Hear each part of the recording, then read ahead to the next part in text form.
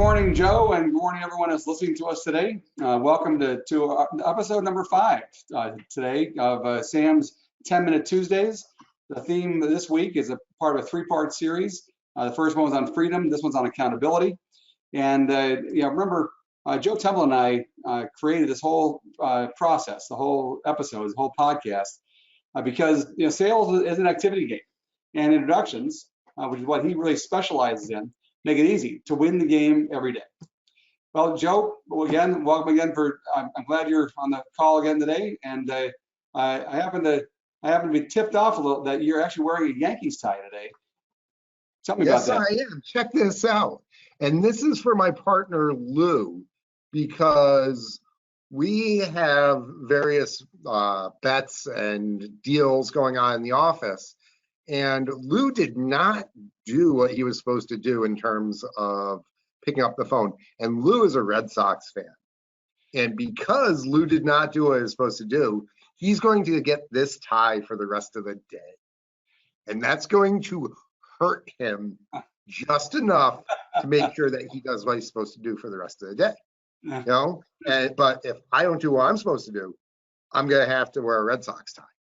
And I will never wear a Red Sox tie because I can pick up the phone. I have the discipline and the accountability to make sure that I do what I need to do. So having external reinforcements, deals, penalties, things like that, goes a long, long way towards accountability. This is part of the reason why we have running partners. If you go to meet your running partner, it's 5 o'clock in the morning and it's 37 degrees out and they don't show up, guess what? You get to abuse them the entire rest of the day. If they are a person of substance, they will not blow you off come hell or high water because they made that commitment to you. There is that accountability between the people. That's one of the reasons why fraternities and sororities function very well as business units for the most part, because there's that accountability to your brother or to your sister. This is why military units work well, because somebody in a platoon is not going to let their friend, their brother in arms, get killed because they didn't do their job, because they dropped the ball. So having that accountability is one of the reasons why high-performing organizations are successful. And the ultimate form of accountability, though, is to yourself. And Sam USA helps you be accountable to yourself because it holds that mirror up to you and doesn't allow you to BS yourself and fudge your numbers or pretend you're doing well. It strips it all away and lays it bare right there. You're right about that. And I'll tell you, that's one reason why it attracted me to activity management in general, because I'm not naturally disciplined, and I think that these sort of processes and systems and having being able to set goals and keep score and hold yourself accountable make me better, and I know that if I hold myself accountable, I'll get better results. I'll do that personally, but especially to your point, if you have somebody in the office, I can imagine how much pain that would be to have him have to wear a Yankees tie, which all day, which that would kill him. Oh, it's horrible. And especially since, that's the whole idea. And especially since our clients that day, later today, are a bunch of Yankees fans, and they're all going to make comments about how wonderful the tie looks because I told them to. And so he's getting the heat around him so that it's just easier to do the job than to not do the job and deal with the abuse. And being part of a large family, I was one of 6 kids, this was what it was like. If you didn't do what you were supposed to do, you'd get abused by your brothers and sisters. Okay? And growing up on the farm, if you don't work, you don't eat. That's pretty good accountability because I like to eat.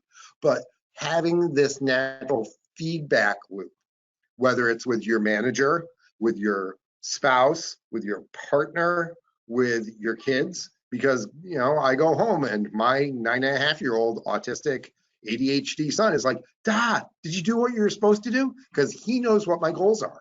So I have accountability, not just to me, but to this cute little guy right here who's going to look at me with those big eyes and be like, Duh. Okay? So how am I going to fail him? I can't.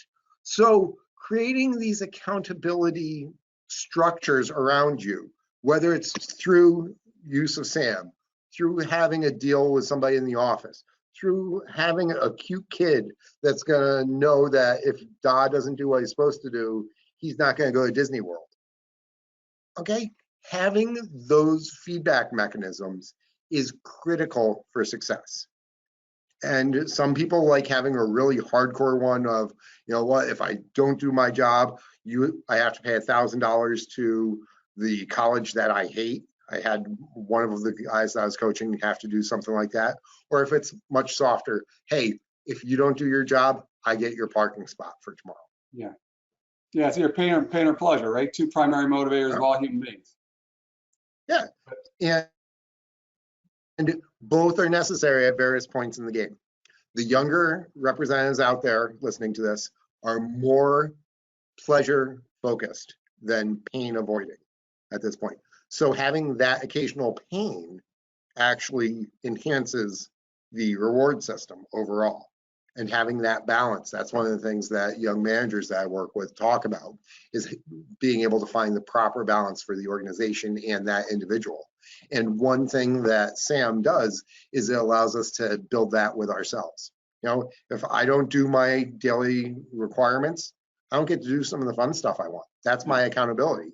And I am accountable to myself enough to avoid things that I really, really want to do. If I don't do the things I don't like doing that I have to do, like picking up the phone or getting introductions. Hey, one more thing you tell your business partner, might drive him nuts, is that the guy you're doing this thing with the podcast was actually named after a Yankees player. Oh, the Commerce Comet. The One of the greatest Yankees of all time. Oh, yes, he was. And actually, I have his middle name too, and I don't know if you even know his middle name, but most Yankees fans don't. I understand. I do, because I was actually named after him. We grew up 90 miles from New York City, and I have his middle name also. Do you know what it is, Joe? I don't. You put me on the spot. Mickey Mantle, the middle name was Charles, and he was named after a catcher, I think Mickey Cochran, whose birth name was Michael, but his Mickey Mantle's father didn't know that, so that's why he's called Mickey Charles Mantle. So, little trivia for you. I learned something today. Hey, well, that good. Is awesome. Okay. Any day you can learn something is a good day, and any day that you hit all your requirements, your thresholds for the day, is a good day. And Sam, and having that daily accountability is what's going to help you do that. You know, and probably the most important activity that you can manage is getting those introductions. And why, Mickey? Because sales is an activity game, and introductions make it easy to win that game every day. Joe, thanks again for joining me today. It's a pleasure, as always, and look forward to talking next week, our third part, having to do with responsibility. Excellent. Have an awesome day, my friends. You too.